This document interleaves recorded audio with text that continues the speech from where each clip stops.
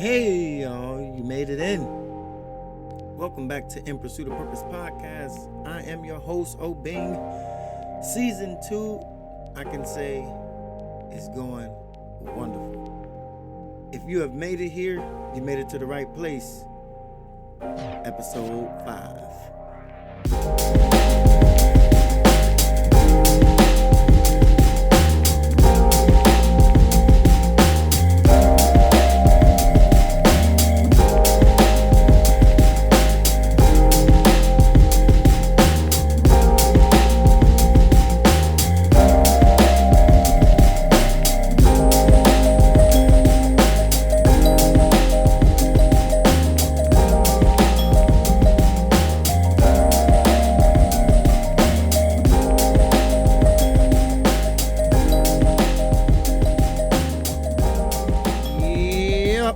Yep. Everything that we do here on this show has a purpose. Everything that we do here for the show, with the show, in the show, has a purpose. It's always designed to take you somewhere. Welcome back, family. You already know where you're at. It is obeying. The laws of obeying have been put in place for In Pursuit of Purpose podcast. You want to know what those laws are? Here they are. Number 1, nothing but the absolute best. And I think I'm doing a great job at that. Number 2, if it ain't real and it ain't raw, we say heck no to it. Okay? Nothing but authentic people that has been gracing the show of In Pursuit of Purpose podcast. People with real stories, people with real lives, and people with real meaning to their lives with a purpose. And we've been standing solid in our truth with that. That is one of the formalities of the show. And rule or law number 3, I need you to give your full undivided attention to our next guest. Our next guest is the beautiful, the lovely, the soulful Lacee Le Beau. She's going to come into the podcast platform and she's going to give us a very inspirational story. Sometimes in these type of format settings, you need just pure inspiration. She has a powerful story, and I had the lovely opportunity to talk to her. She has given me value. She has given me more meaning than I thought I even had. Just with her story, it meant something. It meant something to me, and I felt it. And so I really want you to get something from it because she does have value to add to the world. And she is here for a purpose, with a purpose, on purpose. And so we're going to get ready to go into that. Once again, we are in quarantine times. We are in the most craziest times of our lives. And that is, we're on lockdown. We got to stay social distancing and 6 feet away from people. Some people are a little bit, have a lot of anxiety about that. And so guess what? You have to respect their boundaries. You have to respect their mind. And so we're doing that. But once again, the show was recorded over a Zoom interview. So Zoom is the popular platform right now. Everybody's doing their shows from, and I'm no exception. So for this season, I made it a challenge. 10 episodes per season. We're at episode 5. Let's see if we can go all the way through with all Zoom or Skype interviews. And I hope that's what we get to do here for this season 2. All right, everybody, I've blabbered enough. I've been rambling long enough. Here is our guest. Here is our our lovely guest for the show today, Lacee Le Beau. Welcome back to In Pursuit of Purpose podcast. I am your host, Marcus, and you might know me as Obing. I am with none other than a beautiful soul who is going to make episode 5 that much more beautiful. And you already know what comes with In Pursuit of Purpose podcast. Nothing but inspiration, nothing but motivation, nothing but encouragement to uplift your soul. I like to look at us type of people as soul humanitarians because that is our job. We are to lift up the souls of man. And today I have with me none other than Lacee Le Beau. Lacey is a life coach, a poet, a model, a writer, entrepreneur, and founder of the new social movement, Moments of Clarity. She is also an advocate for meditation, yoga, and alignment of self. I invited Lacey to the podcast because she was just one of those special people who kept popping up into my Facebook suggested friends request. And so I hit the request button.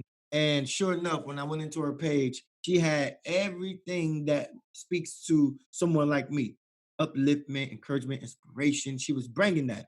And usually people like that got a story behind them. And so I wanted to see what she was about by going into her page some and listening to her. And her videos would pop up on Facebook Live and her posts would show up. I would see people engaging. I would say, okay, so this person is an interesting person. I want to know this person. I want to get to know this person. And I believe that getting to know her is going to go far beyond just the platforms of podcasts and Facebook. It's going to be deep, deep, deep, deep, deep. Anybody I make a true connection with is, to me, somebody who I will have a connection to for life because they add to my life and somehow I want to do my part and add to theirs. And so I am here reaching out and bringing to you, to the podcast world, none other than the life coach herself, Lacee Le Beau. Lacey, talk to the people. How you doing? I'm doing good. Thank you so much, Marcus, for introducing me and for having me on the show today. I appreciate that. How are you doing? I'm doing fine. I'm having my tea. I'm sipping and I'm relaxed. I'm relaxed. You feel me? That's always good. Mm. I should have brought my tea. Yeah, yeah, yeah, yeah. It would have made for a nice little warm conversation. A warm. Definitely, definitely. Eh. So, Lacey, I mean, I just want to know kind of like what what's on your mind. Talk to me, talk to the people. What's just start there. What's on your mind? Tell people about yourself. What's a life being Lacey like? Um, Goodness. I would probably say a lot of thought. I can't speak for other people, but I know for me, I stay in my head a lot. And I know that sounds crazy, but I love to dissect moments, reevaluate situations, and take that time to use my level of discernment in those situations. So I'm always reading other people's posts, watching people interact and asking myself questions: what would make a person do this versus that? And just kind of giving myself the opportunity to take everything a little deeper. And I think that it's that perspective and that level of thinking that allows me to write my poetry and post and do my lives to the level that I'm able to do them.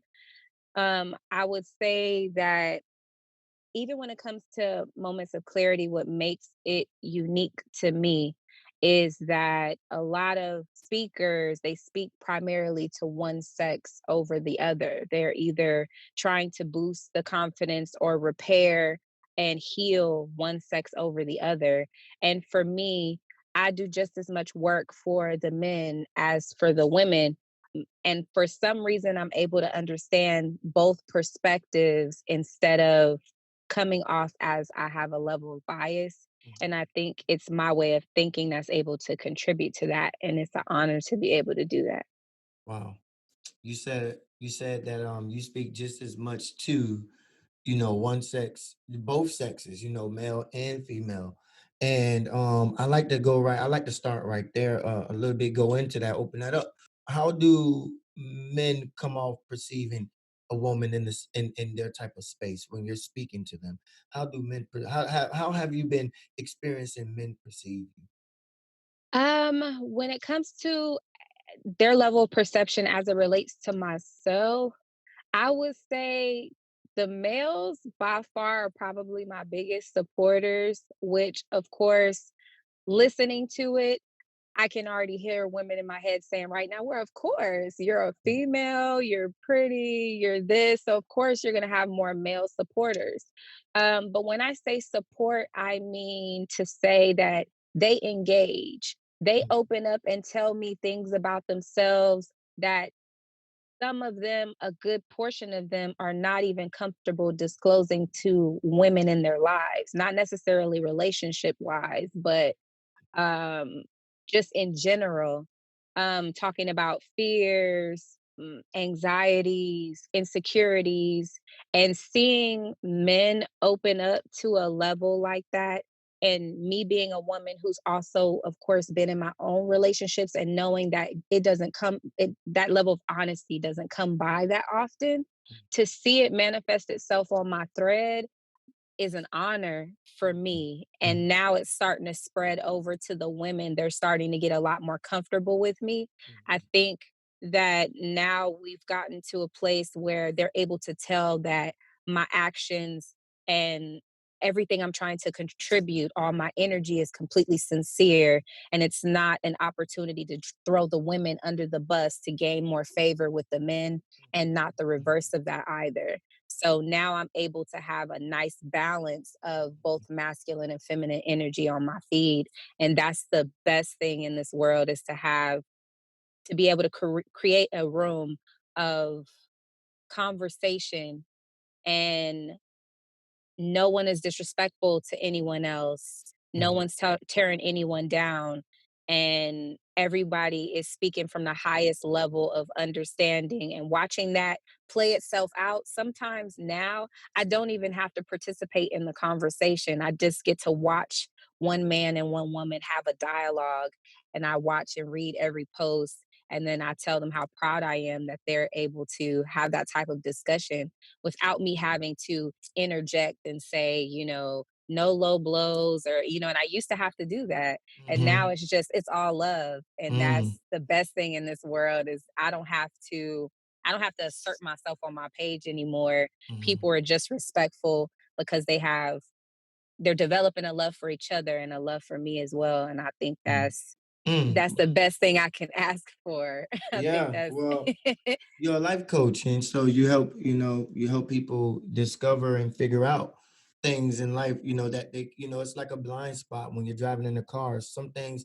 that's why there's a coach on every team, a coach that coaches every sport, because there's things when you're in the field you can't see yourself doing it, so you need a coach with that eye that can see your mistakes and see where you're short, coming up short at, and that's what you do. But how do you help yourself to be able to help others? Like, what is the fundamentals surrounding Lacey's wake up call when she wakes up so that she can be her best self to help others? I would say the first thing for me is I always remind myself that I'm always one decision away from being one of them. Hmm, And a lot of times when you come into a lot of knowledge, a lot of new awareness, you tend to create a distance between who they are and who you are. You tend to elevate yourself. For me, I'm more the opposite. I use my growth and my knowledge to keep me on the ground floor with everyone else, and use this knowledge to say, I can see you better now. I understand you better now. I have perspective in that now, as opposed to gaining knowledge and taking steps away from them and increasing the distance between who they are versus who I am. And that's what helps me communicate with other people long before I even had moments of clarity, is being able to remind myself that I can't place myself above them, because there's any number of circumstances and situations that could put me in the same situation that they're in. So I can never act like I'm too good or I'm too elevated to end up in that same circumstance. And it humbles me. It keeps me humble and able to take in what they have to say and relate to them. mhm, So no matter where I am or how much I've grown, I'll never be in a place where I can't take in the sense of awareness of someone else and mm, say, I get it. mm, mm. And I think Yes. that's what makes me unique, is a lot of people, you'll hear someone's truth and people Mhm, tend to say, well, you'll never catch me doing something like that. You'll never see me doing this, and you'll never see me doing that, in a way to imply that they're above it and they've grown beyond it and they're too good for this type of situation. mhm, And depending on where you are, if you're emotional, if you've had a traumatic situation happen in your life, or whatever you want to add as an ingredient, you can still end up in that place. Even in your highest level of vibration, you could still end up in a place where you do something that's unlike yourself because of how you feel. Mm, that's cool. I like the sound of that. That that leads me into asking, are you a healer? Are you a healer? Do you see yourself as a healer? I would say so 100%. Mhm. It took me a long time to accept using that title to describe myself. Mm, I was in a place in my mind where I felt like I had been through entirely too much in my life to have anything to contribute to anyone else's life. And mm, it was going within and not worrying about what people think and so on and so forth that allowed me to come to a new level of awareness, to have that moment of clarity for myself and say that it's those moments that I triumphed over that makes mhm. me able to empathize with others. So it's not the obstacles I've been through that keeps me from being able to teach others. It's the obstacles themselves and me gaining perspective and learning from those experiences that allow me the or qualify me to be able to tell people what I know. Yeah. And that is what gave me my confidence to even speak to such a level, because before I would have said a couple years ago, what do I look like telling someone what they should do with their life and my life is in disarray, Mm, you know? yeah. But I realize there's a balance and a push and pull, a give and take of that moment, that in the moment where I'm telling them what I learned from my situation, I'm also dissecting it at the same time that I'm speaking. And I'm still learning from that experience in the moment. So if I wasn't troubleshooting it with them, it's that action that also takes me further into my healing as well. So I'm not just doing something for them. Um, I'm doing something for myself as well. Mm, yeah, I can definitely agree with you 100% on that.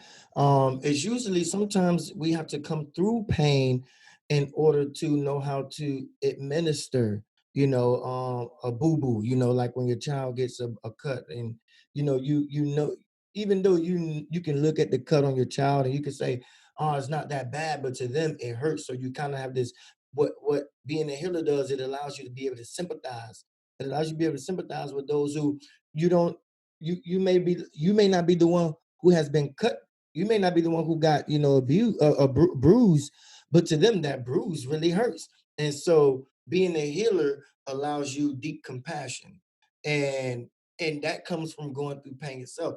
No matter what scale of pain you've been through, whether it was a loss of a child or a domestic abuse relationship, we all come through some type of pain.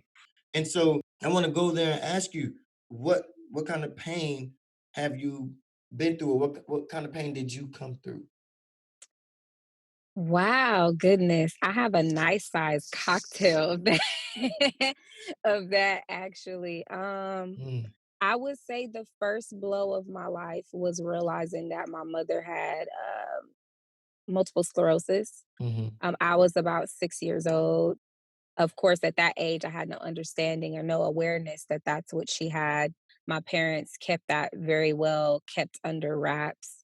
But I started to see the slips and falls, the embarrassing situations that would happen in public. I actually decided I wanted to write a book and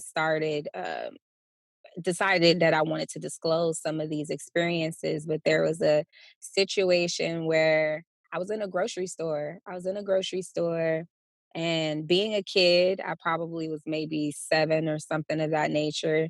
And I just heard this loud crash, and the whole basket toppled over along with my mother. And she took probably 3 shelves down with her. That was the first time that I realized something was wrong. She had so much trouble getting up, and I was too small to help her get up. mhm, And in that very moment, there were people walking past the aisle and just looking, pointing, and laughing. And I remember in that moment thinking, I just wanted to avenge her. I just wanted to take my anger out on everybody that looked and pointed and laughed and didn't even bother to come help her. This woman with her young child, and she's laid out on the floor. Mm, And I had, for a minute, almost hate started to stir. And that moment, among many others, was probably the source of, I would say, my greatest pain, because, my mom is my best friend. That's my rock. She's the reason why I'm as strong as I am, as vocal as I am. So she gave me a lot of things, and seeing her in pain and that helplessness feeling was not easy for me.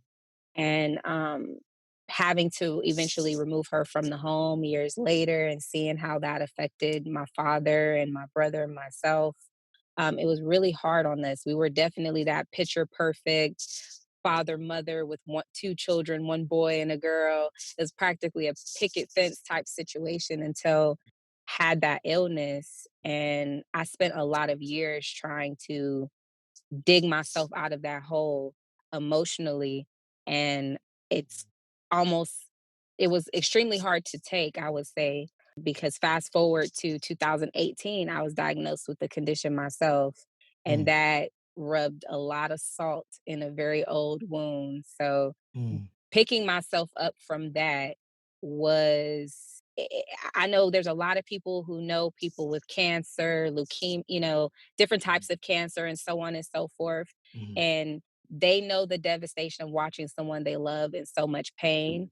But I would like to add, imagine having all of those mental scars and then fast forward and you get the same diagnosis. What's the first thought that comes to mind? It's, I'm going to end up just like them, and it's really hard to dominate that thought in your mind. So I would probably say those are the two biggest things that I would say change my life and help me see the world differently. I realized that people ask you how you are, but they don't really want to know, because mhm, if you're not doing good, then they have to participate in perhaps building you up, lending a listening ear. mhm. And it let me know most people don't want to participate in that. They would rather Wow. know that you're good so they can Wow. walk by. Wow. Oh, that was, oh God, that was good. That And was clarity. That was clarity. it was. I walked through my entire life thinking everyone was like me, and people love and people want to help and people want to. But watching my mother in that situation and then having similar moments myself, people ask me all the time, "How are you feeling today, Lacey? How are you feeling today?" And when I tell them the truth, they try Mhm, and talk me out of it. Don't s- mm, don't say that. Everything's good. Don't speak like mhm, that. You mhm, just asked me how I was. mhm. you know, Yeah, right, and it happened so much that I started to keep the thoughts to myself. right. And then I realized talking wasn't helping, keeping it inside was even more detrimental to me. And I don't know, I hit this wall where I just said, I'm going to say what I have to say. And if Mhm. you don't like it, oh well. And Right. I had 30 days where I couldn't get out of bed. I couldn't walk on my own. And all I had was my phone. I had an Mhm, apartment by myself, no contact with the outside world. All I had was my phone. mm, I took it to the feed. There was such a positive response to me putting my truth out there, a truth mhm. that most people don't like to talk about because we're quote unquote living our best life. People don't want Right, to talk about the darkness. right, right, And yep. I put so much of that on my feed, got such of a response. Before you know it, I think maybe 3, 4 months later, I had a following. Mhm, And I mhm, and I could I couldn't believe it. And I didn't even understand where the momentum came from. But then I realized that it came from the truth I accepted of myself. I was mhm, able to speak my truth and let it be what it is. mhm. And somehow other people have a sixth sense almost to sincerity of someone being genuine. Yeah. And it, before you know it, it was something else. And I realized this was what I wanted to do for the rest of my life. You know something? It makes so much sense why you are a life coach. You know what I mean? Because it something has impacted you personally. And you're navigating yourself through these changes and these challenges and these ups and down emotional moments. And you know, it's one thing to go to school and acquire the knowledge. It's another thing for the knowledge to be imputed within you. And you speak from a real place, a raw place. And I can remember the very moment that it happened to me when I started to speak my truth on Facebook. And I remember I had about 1,500 followers for like 5 years. And the moment I opened up and I just started to share and I spoke my real, raw, authentic truth, real, raw, and authentic people, I started to follow me and I started to see. I woke up, I had almost 1,000 friend requests. I was like, ain't no way in heck Exactly. I'm gonna be able to go E through all these people. exactly. It just kept coming. I think I almost maxed out in about Yeah, 6 months. I just looked up one day and yeah, I said, "I'm about to hit 5,000 yeah, followers. yeah, Where did all of this come from?" And I yeah. said and I told myself that I've always posted like this. I've been on Facebook since 2010. Mhm. And, but then I had to realize, no, I haven't posted this way. I was always conscious, oh, well, my grandmother's on my Facebook, my aunt Yeah, and uncle's on yeah, my Facebook. yeah. I don't want to use Church this language. members. I don't want to be misconstrued this way or that. Right, right. And when I took the training wheels off, Yeah. something powerful You happened. know, when And you took the it was blinders off, when you took those that blinders too. off, the world opened up. That too, Mhm. definitely. Yeah, best thing that ever happened to me, I can say that. Yeah, I can definitely relate on that very same thing. You know, I was with the blinders on, pastors looking at me. I was a youth minister at the time, and pastors was looking at me, church folk, and they were all any. I said any slight thing against away from the church, it was, oh my God, I committed the blasphemous sin, you know, the unforgivable Exactly. sin. So I get it. I definitely get it. And you're speaking your truth, you're living your truth. And I wanted to talk a little bit about continuing deeper into that. You know, you said that you had been diagnosed with the same conditions as your mom. Where and how did you gain, because you got this social movement now that's going on called Moments of Clarity. How did you gain clarity for yourself, for your life? How did you see and project yourself out to the world? Um, I think, well, with that situation, there was so many lessons that were intertwined into that situation. Of course, the first place you go to when you come into that level of awareness is my life is over. And other people would argue, well, it's not cancer. You're not going to die from it. And I Mm. said, I've never had a relationship with cancer. MS is my Mm. cancer. Oh, speak on it. So that's a level of understanding and getting to know someone. You can't come into their space and say you can't look at it like this because it's not a terminal situation. Right. But according to my journey and my life and my level of experiences, this is the worst thing that can happen to a person. I don't know Mhm. anything about cancer. I don't have any family members with cancer or anything of that nature. So to me, MS is the most devastating thing a person could say they have. And for me in particular, I am a strong person. I've always been very independent. And anybody that works in that space and they've experienced doing things for themselves over a long period of time, the worst thing you can do is take away their independence. That was my battle was, not being able to work to the same capacity, not being able to drive to the same capacity and those things. And I felt my life slipping away, or quote unquote, I felt my control over my life slipping away. And MS taught me so much. The first thing that it taught me was I used control to keep things from happening to me.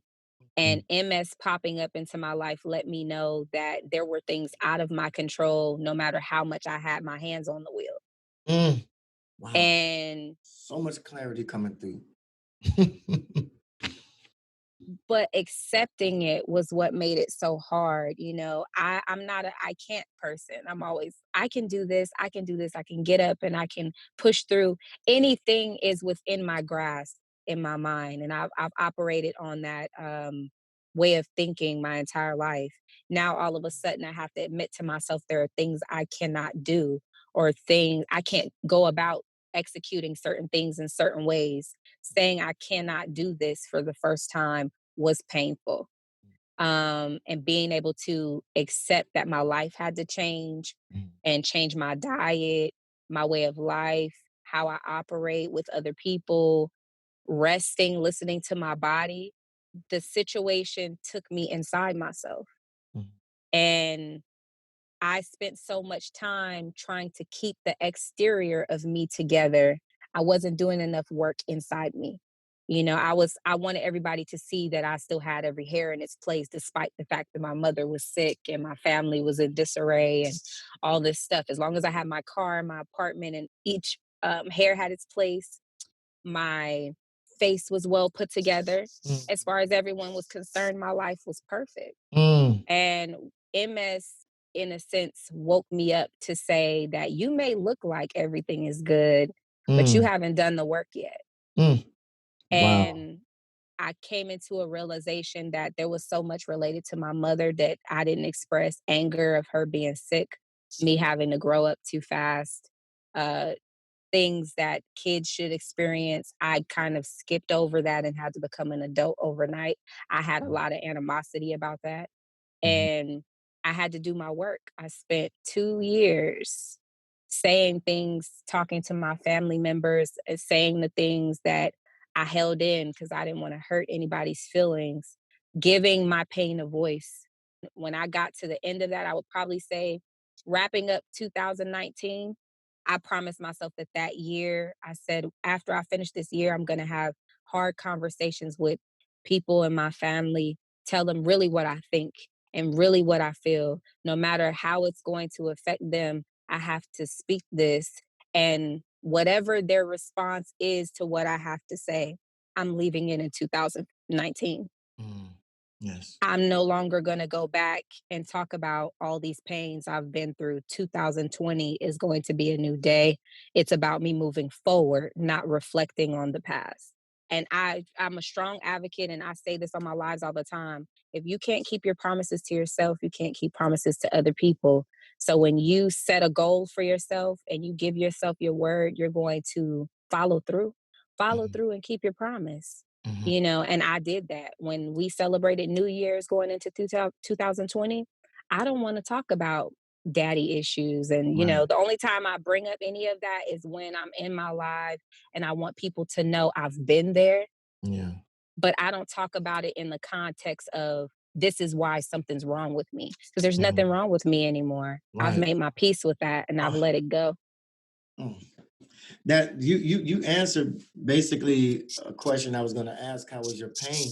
How has your journey been dealing with the pain? And you've already answered that by saying that you said you was just going to leave it behind in 2019. You made your peace with it, and that just you Hmm. kind of just like took away that next question I was going to ask. You know what I'm saying? I'm so So, sorry. no, you good because but no, that's the art of a good interview because it flows in the nature of that way. It's supposed to happen like that. Mm, It's supposed to be right. easy. You know what I'm saying? And Hmm. so, you're doing what you're supposed to be doing. But I want to ask you, do you see yourself living your purpose? Are you living your purpose? 100%. I This was something that I definitely wanted your listeners to hear is that, and this was something that I missed, that I made the connection during this journey, picking myself up by my bootstraps. I would say when I was going through being diagnosed, Mhm. is as you're going throughout your journey from childhood to adulthood, there are constantly people speaking life into you. They compliment you in the nature of your purpose. Since I was a kid, I've always heard how well I spoke. I should be a psychologist. I should be a motivational speaker. I should be a counselor. I've heard these things throughout my life, but I brushed them off because I was so consumed by the life I had at the time, the sense of responsibility I had at the time. I never put any value, any stock in what these people were telling me, only to end up back in this place where I'm doing what I love. I've always had people gravitate towards me, call me for advice, and let me get your take on this, let me get your take on that. And no matter how much of a dark place I was in, somebody asking me for help always gave me life. And I would almost take everything I had been through and put it on the back burner and focus on them during that time. When it comes to working in your purpose, a lot of times people are maneuvering throughout your life and they can see where you're supposed to be. Mm, You mm, can't see it. These people mm. and these were not family members. These are Yeah. people I ran into at the grocery store, I ran into at the Mhm. bank. They heard me having a conversation at a restaurant and decided to stop me and say, "You know what? You articulate yourself so well. I can understand you. The way you elaborate and the way you do this." And I would just say, "Oh, thank you." And I would keep going, you Mm. know? Right. But now I realize and I kind of knew. I kind of knew 'cause I love words, I love writing, I love poetry. I've Mhm. always had a fascination with speaking, and I knew my purpose was aligned with my voice in some way, but I didn't know what it was gonna manifest itself as. I didn't know what it was gonna Mhm. look like. Am I supposed to be a psychologist, or Mhm. am I supposed to be, just somebody helping, kids with school programs or something Mhm. and just changing kids' lives? But this was Mhm. where I ended up, Mhm. and I'm glad I waited as long as I did for this to come to life Mhm. because I couldn't have asked for a better place to be Right. than right here. You're definitely in your space, because you own that thread of what you preach about or speak about, moments of clarity. And I've been in your lives, and yeah, you speak like you're trying to clear things up for people. You're trying to clear because that aha moment might have came in for you, and you say, "Oh wow, I see something so different now. Let me go ahead and clear this air up for the people who may be living in this space." And I see you bringing that to the world. And so my job and my purpose is to just do what I'm doing and just help people like you share your story and your power with the world, so people can gain more access to who they are, to themselves. And I want to ask you real quick, because we're going to be taking the show in a different direction that I like to go into. Mostly my favorite part is, do you have a self-healing practice that you do, with something that you can you kind of give people some idea of why you so at peace, why you so, in that space where you at? What do you do? Honestly, I music is my life. Hmm. Music is my life, and I sing. I've never been on a record or anything like that. I guess you could say my bio extends further than the items that were listed on Yeah. the podcast today. But I'm in love with the arts. Yeah. So I have my hand in almost anything related to the arts. I've done it at Mm, least once. yeah. And singing and dancing are my world. I Mm, danced through junior high and high school. I've been singing all my life. When mhm, I'm in the most pain, I move all my furniture off the floor. I turn my blue light or my red light or whatever on in my living room, and I play music. I'm a big fan of contemporary dance. I clear the floor and I wear something comfortable and I don't say a word. I let the music play, and whatever part of the beat hits me first, I just let my body flow and dance. mm, I dance until I'm no longer in pain, till I'm no longer sad, or whatever the feeling is. And when I'm not doing that, I get in my car, I get my playlist ready, and I just drive. I drive and listen to music, and before you know it, I'm singing in the car so loud you would think the cars next to me can hear. mm, But I sing through my pain, and I mm, feel like even if you're not an artistic person, I feel like art is the most beautiful expression of your soul. mm. And I feel like each Yeah. person should have some level of art that they use to express themselves as an outlet. If you don't like to sing and you can't dance, pick up a book and, a notebook and write. Mhm. Write your thoughts down, become a poet, paint, Yeah. draw, do some Yeah. clay. there's a lot of things related to the arts that is Yes. so soothing and so peaceful. Music definitely has saved my life, and I thank my father for that because he Hmm. used to be a musician, and Hmm. he definitely made sure me and my brother had an unwavering love for music. Wow, that's pretty cool. Being an artist myself, I definitely agree with. I write through my pain. I do a lot of writing, Mhm. and so writing definitely soothes and ease a lot of that. That constriction that comes in. So definitely the arts is a good way of self healing. You know what I mean? Lend some inspiration to people real quick that may be going through something, some struggle, some pain. Give them some coaching tips or a coaching word that can send them in a very positive direction or give them a new positive outlook on life. Hmm. Okay. One of my specialties is talking about trauma because I've been there. So what I usually tell people is when you're in relationship with other people, whether it be romantic or otherwise, and you find yourself being triggered. And when I say being triggered, experiencing something that makes you act out of character in the moment, um, to find the source of the trigger is not, it's never with the person you're talking to in that moment. It's connected to your past.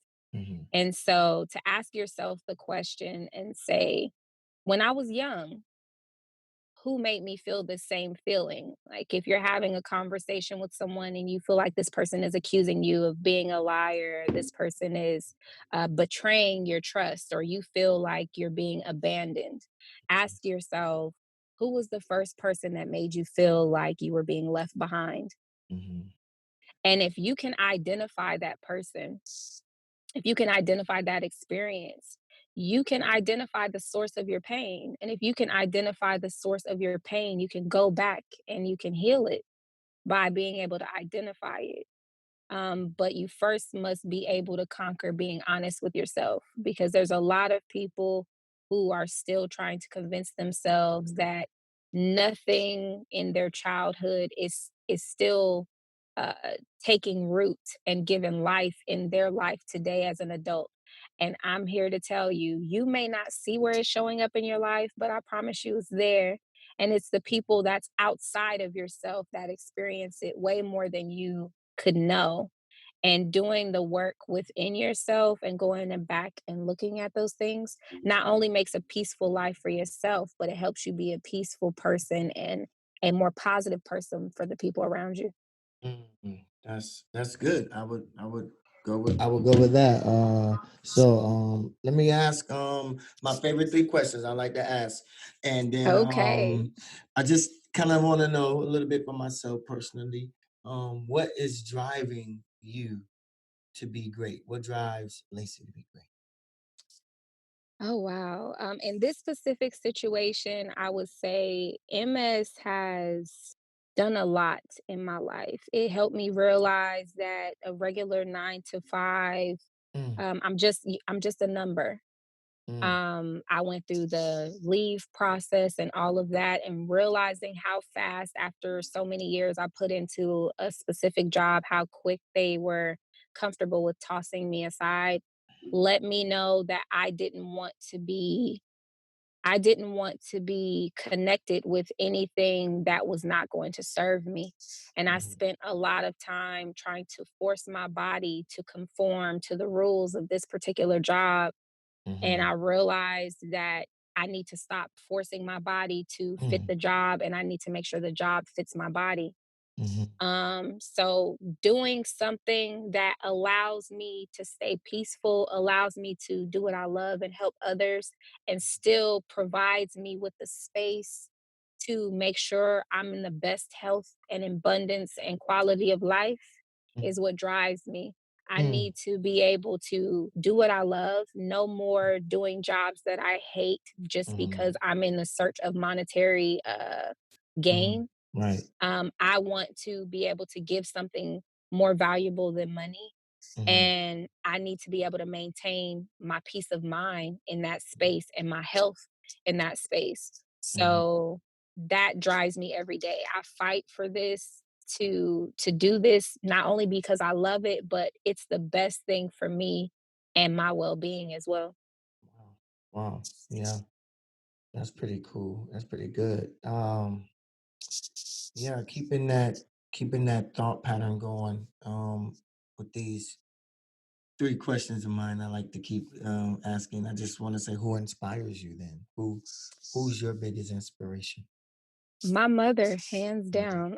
mm, mm. That's my hero. I feel Yeah. like to have your body fighting against you to maintain being a good mother to two small children and maintain a good positive relationship. I went through this battle by myself. It was beyond difficult is an understatement. To have two small children and have a spouse to attend to through all of that, and she never, I don't ever remember seeing her cry. Mm, And she mhm, always kept very upbeat, and she always honored me. I read a quote that said, ignoring your child teaches them to ignore their own thoughts. My mother always acknowledged me. She always mhm, acknowledged me and made sure whatever I had to say was worth listening to. And if she hadn't have raised me that way, I would have never felt like my voice was worth hearing. Even without her being so much in my life as she was before, she's the reason why I survived. If yeah. without her, if I would have gotten MS on my own, I probably would have ended up in a much, much more negative and not beneficial to other people type of place. So that's definitely my hero of all heroes, hands Mm, down, mm, hands down. yeah, that's fantastic that you were able. Unfortunately, your mom has this situation for herself, and then not only her, but you end up getting the same thing as your mom. And yeah, I say unfortunately because you have her as a guide to help you, to show you how to Hmm. do it. A It's hundred percent. it's something that, okay, this is in the family and we know how to deal with this. And your mom maintained her peace, and I can see that you already maintained your peace about it too. And Thank you. that's I appreciate that. yeah, one last one. Do you feel you are living your purpose? Or what I would like to say like this. In the end, what is your purpose? My divine purpose is build bridges between the misunderstood and understanding. That's my work, period. There's so many people who believe they have a clear understanding of the perspective of others, and so many people who have situations they would like to elaborate on, but they can't find the words to explain where they're coming from. I feel my purpose is to be that voice for Mhm. people who have trouble articulating what they want to say. I can put it in a context where someone who lacks understanding can absorb it and gain some perspective. And I feel like that's my work, is Yes. to make sure people have an understanding, because that's where all, especially within communities of color, that's where a Yeah. lot of our problems are, Mhm. is we assume we know people's situation. We have a Yeah. lack of understanding, so many misunderstandings that need moments of clarity so we can Mm, come to a new level of awareness so we can unite better than we ever did before. And I feel my purpose is to contribute to that. Mm, yeah, that is nice. I wanted to ask you real quick about your fundraising for your I guess you're fundraising for MS, is it? Yes, yeah, I wanted to ask I about your adventures doing that.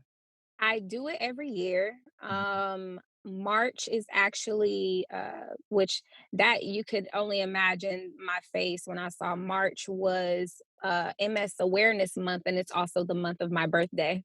Wow. Uh, What day is your birthday? March 27th.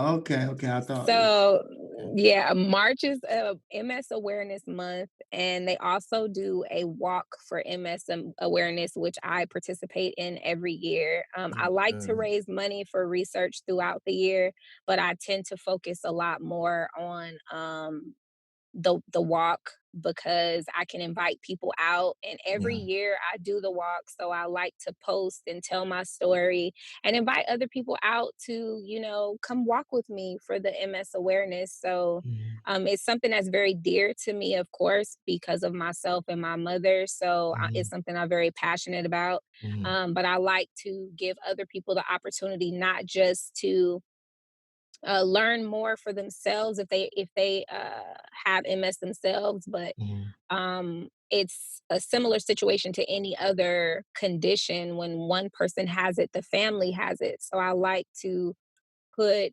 uh, a lot of understanding, put it out there for the surrounding family as well, so they can really understand what the person who suffers from MS is going through as well. Yeah. So Yeah, just bringing awareness to MS even more, yes, a being the hundred voice. percent. Yeah, definitely. I wanted to offer you real quick that I've organized a few walks here myself in my town. I've organized a good portion, large walks, and I would definitely I'm a walker, so I would definitely love to come out and walk with you if ever you're organizing a walk for MS. I would Okay. definitely support that move. I want to just give you a emoji right now, a moment of gratitude, and say thank you for joining the show. I just want to right now just thank you for being who you are and being in the space that you are and bringing enlightenment to the world, bringing joy and smiles to faces, bringing moments of clarity to a lot of minds. And you're going to do great. You're going to bring a lot of people to you, attract a lot of people to you because you do have that energy about you. And I just speak nothing but the best, nothing but prosperity, nothing but success, nothing but inspiration, nothing but self empowerment over you, that all these times you find yourself down, that you find yourself back up because you are doing the work, you're tapping in, you're giving out, and you're not giving up. And I just speak these high things over you because I do see your practice, your business growing as you grow. And anytime you ever need this platform to share your message, to share your story, to share stories of other people that you may know, this platform is going to be here for that reason. And so, with that, I just want to say thank you and give you a moment of gratitude for that. I also want to ask you, um, list for the people, where can they find you? How can they connect with you? And any resources you may have that they can just pick up. All right. And I want to say thank you as well for having me. It's truly an honor. This is my first podcast, completely nervous. Yay! but Where's the you bell? Where's that bell? Ding, ding, ding. We need the bell. but you made this so effortless, and I do appreciate that. Again, this being my first podcast, I was completely nervous, and how is this gonna go, and so on and so forth. So I appreciate you for being my first experience. So now you will be able to I'm a lot witness. of people's first experience. Get down the road. I may do podcasts in the future, but you'll always be the first person that I did an interview with. Wow. So you're starting me on my path. You started me on a new journey for bouncing around from podcast to podcast. Oh So yeah, I that's gonna appreciate happen. that. It's I gonna happen. appreciate that. As far as my list as to where you can find me, my primary place that I spend the most time is definitely on Facebook. I have a personal page as well as a like page. They're both under Lacee Le Beau. I'm gonna spell the last name for you. LeBeau. But of course, my like page will include, it says Lacee Le Beau, Moments of Clarity. My IG is Moments of Clarity as well, without the O for of. And then I'm also, you can find me on The Pattern, and it is a app that uses your natal chart to tell you a lot about yourself and tell you what season you're in relative to, the constellations and so on and so forth. And you can learn a lot about yourself, not just yourself, but if you follow me on there, which is under Moments of Clarity as well, it'll also tell you how we're compatible as friends, different attributes we have that are alike. So certain characteristics that you have, if I have it on my list as well, it'll let you know we have that in common, and it'll give you opportunities to get to know me as well. Wow, that's cool. The pattern. Check it out, y'all. Yeah. Yes, so I just want to say thank you once again. Thank you, everybody, for tuning in. This is In Pursuit of Purpose Podcast, Season 2, Episode 5. Download the show, share the show, subscribe, and do all those good things, because the more and more and more and more you start to like the show, the more and more and more and more I get found, okay? And so let's just go ahead and close out. I want to say I love you, I love me, I love us. I'll see you all in pursuit.